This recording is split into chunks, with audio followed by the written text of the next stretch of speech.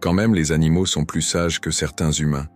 Les animaux, même les plus simples, même ceux qu'on méprise, quand ils sentent une nourriture mauvaise, quand l'eau est douteuse, quand l'odeur est étrange, ils se détournent, ils reculent, ils attendent, ils testent, ils protègent leur corps comme si leur survie en dépendait, parce que c'est le cas.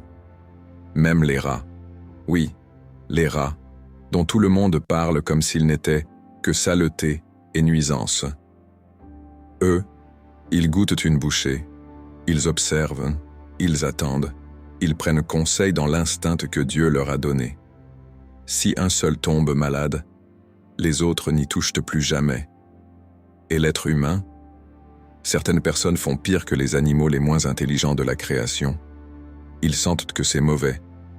Ils savent que ça tue. Ils voient les dents noircir, la gorge brûler, les poumons se fatiguer, le souffle s'étouffer.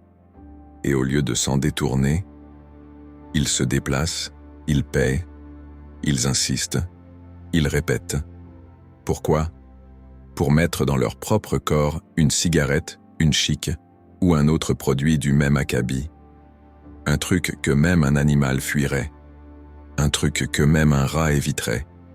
Un truc que seuls les humains assez aveugles pour s'autodétruire vont chercher volontairement. Alors, qu'est-ce que ça fait d'eux? Quel genre de cœur faut-il avoir pour nourrir son propre poison? Quel genre de cerveau faut-il posséder pour s'obstiner dans ce qui détruit? Comment peut-on se dire intelligent en s'empoisonnant volontairement? Et pire encore, comment peut-on se dire de la Houmma? Comment peut-on dire « je suis musulman » ? Comment peut-on prétendre suivre le prophète Mohammed, tout en inhalant, mâchant, tirant, répétant un acte que même les animaux rejettent? Qu'est-ce que ça dit de leur lucidité, de leur dignité, de leur rapport à Dieu quand ils traitent leur corps, ce dépôt confié, ce cadeau divin, plus mal qu'un animal traite le sien?